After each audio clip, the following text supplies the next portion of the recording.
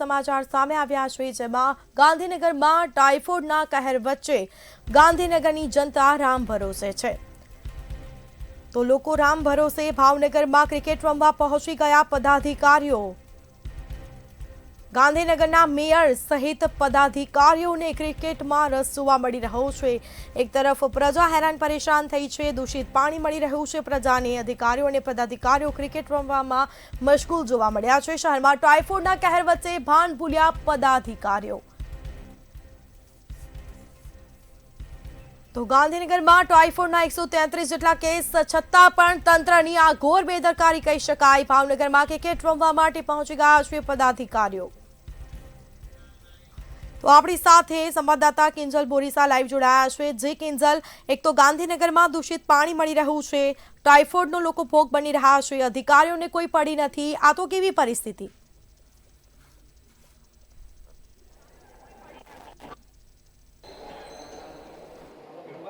જે ગાંધીનગર છે હાલ રામ ભરોસે જોવા મળી રહ્યું છે, કારણ કે એક બાજુ ટાઇફોઇડના સતત કેસ છે તે વધી રહ્યા છે, બાળકો ટાઇફોઇડના બરડામાં સપડાઈ રહ્યા છે, અને ત્યારે ગાંધીનગરના પદાધિકારીઓ છે તે મેચ રમવામાં મસ્ત જોવા મળી રહ્યા છે। હાલ જ કોંગ્રેસ દ્વારા વિરોધ કરવામાં આવ્યો હતો। કમિશનરનું આ કાર્યાલય છે જ્યાં માટલા ફોડીને વિરોધ પ્રદર્શન છે તે કરવામાં આવ્યું હતું।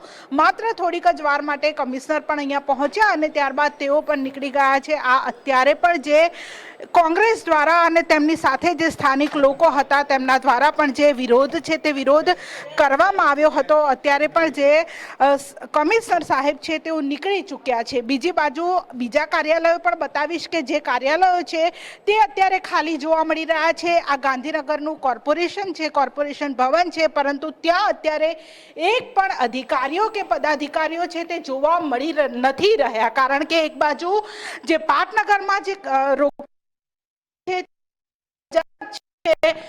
કહી રહ્યા છે તમામ લોકો કે જે અમે પરિસ્થિતિને કાબુ કરવા માટે જે તમામ તૈયારીઓ છે તે કરી રહ્યા છે, પરંતુ અત્યારે જે અહીંયા મેયર હાજર નથી, શાસક પક્ષના નેતા હાજર નથી, સ્ટેન્ડિંગ કમિટીના ચેરમેન હાજર નથી, કોઈ જે હોદ્દેદારો છે, જે પદાધિકારીઓ છે તે અત્યારે હાજર નથી। તમામ જે કાર્યાલય છે તે ખાલી જોવા મળી રહ્યા છે। મેયર જે છે તે અત્યારે ભાવનગર પહોંચી ચૂક્યા છે, કારણ કે આજે ક્રિકેટ ટુર્નામેન્ટ છે અને તેને જ કારણે જે મેયર છે તે હાલ અહીંયા હાજર નથી। આ મેયરનું કાર્યાલય છે અને મેયરનું કાર્યાલયનો જે દરવાજો છે તે અત્યારે બંધ છે, કારણ કે મીરાબેન પટેલ જે છે તે અત્યારે ભાવનગર છે, ક્રિકેટ ટુર્નામેન્ટ ચાલી રહી છે અને તેમને ભલે ગાંધીનગરમાં રોગચાળો હોય તે વધી રહ્યો હોય, ટાઇફોઇડના કેસ છે તે વધતા જતા હોય, પરંતુ જેમ અહીંયા ફોટા લાગેલા છે તેવી રીતે બીજા ફોટા પડાવવામાં પણ જે બેન છે તે અત્યારે મસ્ત જોવા મળી રહ્યા છે। એક બાજુ સતત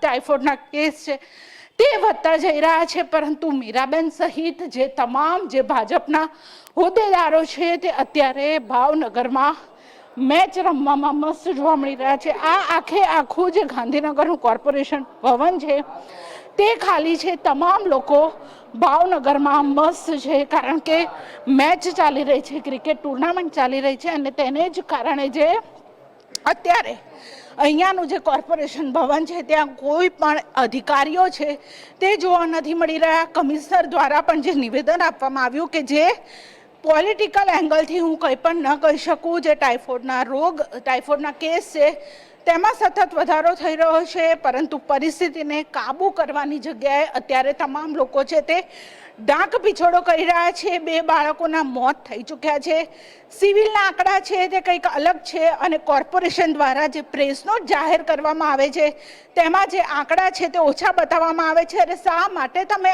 આંકડા છે તે છુપાવી રહ્યા છો? જે રીતે કોરોનામાં પણ આંકડાઓ છુપાવવામાં આવતા હતા તેવી જ રીતે અત્યારે ટાઇફોઇડના કેસ છે તે સતત વધી રહ્યા છે। લોકો પાણી લઈને કોર્પોરેશનની કચેરી આવે છે, અધિકારીઓ તે પાણી તો પીતા નથી, પરંતુ તે જોવા માટે પણ, સ્થિતિ જોવા માટે પણ અત્યારે ગાંધીનગર મનપાના જે હોદ્દેદારો છે તેમને સમય નથી।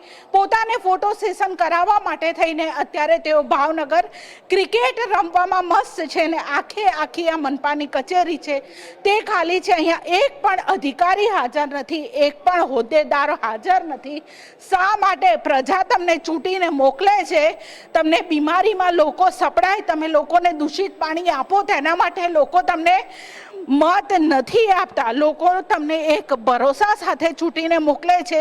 જ્યારે ગાંધીનગર લોકસભા એ અમિત શાહનો વિસ્તાર છે, તેમ છતાં પણ અત્યારે ગાંધીનગરની પરિસ્થિતિ આટલી ખરાબ છે.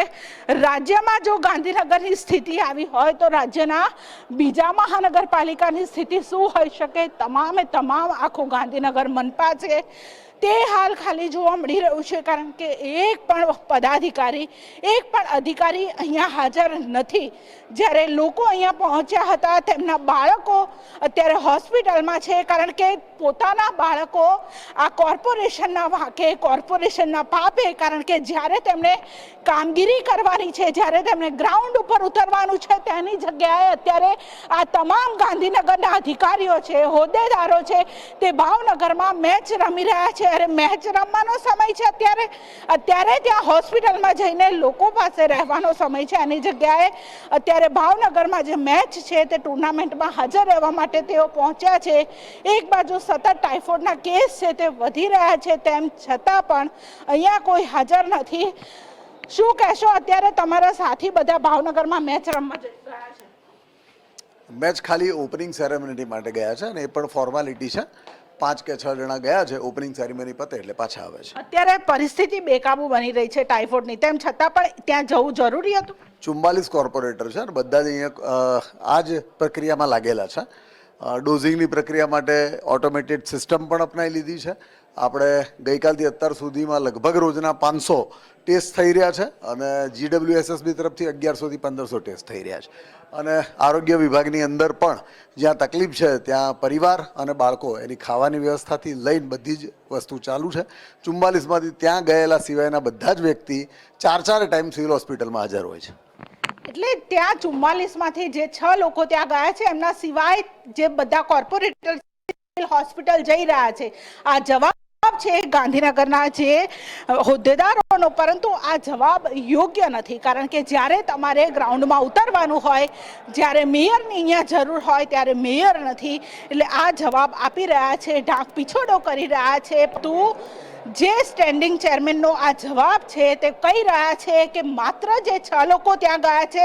અને સ્ટેન્ડિંગ ચેરમેન, તમારો આ જવાબ યોગ્ય નથી. જ્યારે તમારે કામગીરી કરવી જોઈએ અને તે કામગીરીની જગ્યાએ આખું તમારું મનપા ચેમ્બર છે તે હાલ ખાલી જોવા મળી રહ્યું છે. આખું જે ગાંધીનગરનું કોર્પોરેશનનું ભવન છે તે હાલ ગાંધીનગરનું ખાલી છે. એક બાજુ સતત જે ટાઇફોઇડના કેસ છે તે વધતા જઈ રહ્યા છે. લોકો એ પાણી લઈને અહીંયા કોર્પોરેશનની કચેરીએ પહોંચ્યા હતા કે અધિકારીઓ, પદાધિકારીઓ કે જેઓ મિનરલ વોટર પીવે છે, જે શુદ્ધ પાણી પીવે છે, તે પાણી, આ દૂષિત પાણી એક વખત પીને બતાવે. અને પીને તો દૂર, તે જોઈને બતાવે. પરંતુ અધિકારીઓ, જે એસી ચેમ્બરમાં બેસવા વાળા અધિકારીઓ, મિનરલ વોટર પીવા વાળા જે અધિકારીઓ છે, તેમને અત્યારે જે ગરીબ લોકોનું જે દુઃખ છે, જેઓના બાળકો અત્યારે ટાઇફોઇડમાં સપડાઈ રહ્યા છે, તેમનું દુઃખ છે તે દેખાતું નથી.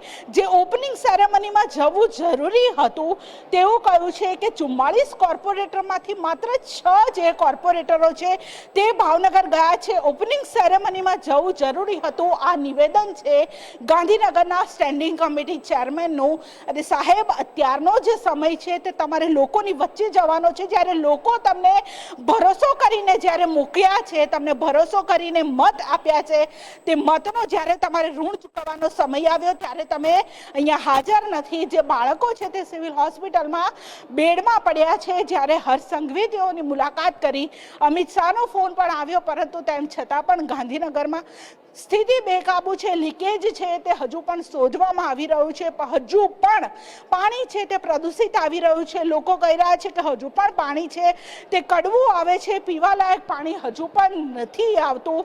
જ્યારે મોટી વાતો કરવામાં આવે છે કે અમે શુદ્ધ પાણી આપીએ છીએ, પીવાનું શુદ્ધ પાણી મળે છે, અને આ તમામ વાતો ઉપર જે ગાંધીનગરના જે ટાઇફોઇડના કેસ સતત વધી રહ્યા છે, ત્યાં તમામ વાતો છે તે તમામ દાવા છે.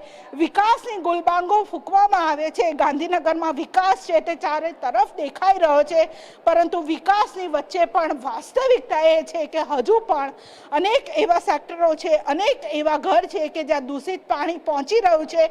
લોકો એ પાણી પીવા મજબૂર બની રહ્યા છે. તંત્રના વાંકે શા માટે તંત્રના વાકે? કારણ કે તંત્ર છે તે લોકોના ઘર સુધી હજુ પણ પીવાનું ચોખ્ખું પાણી છે તે નથી પહોંચાડી શકતું અને તેને જ કારણે સિવિલમાં અત્યારે ટાઇફોઇડના ખાટલા છે તે વધી રહ્યા છે, નવા વોર્ડ છે તે ઊભા કરવા પડી રહ્યા છે. જે સ્થિતિ છે બેકાબુ બની જઈ રહી છે, તેમ છતાં પણ તંત્ર છે તે સ્થિતિ કાબૂમાં છે તેવું નિવેદન આપી રહ્યું છે અને તંત્ર છે તે હાલ મસ્ત છે, પ્રજા છે તે ત્રસ્ત છે. કારણ કે પીવાનું પાણી કે જે સૌથી મહત્વની જરૂરિયાત છે તે પીવાનું પાણી છે તે હાલ ગાંધીનગરમાં સતત છેલ્લા કેટલાય દિવસે પ્રદૂષિત મળી રહ્યું છે.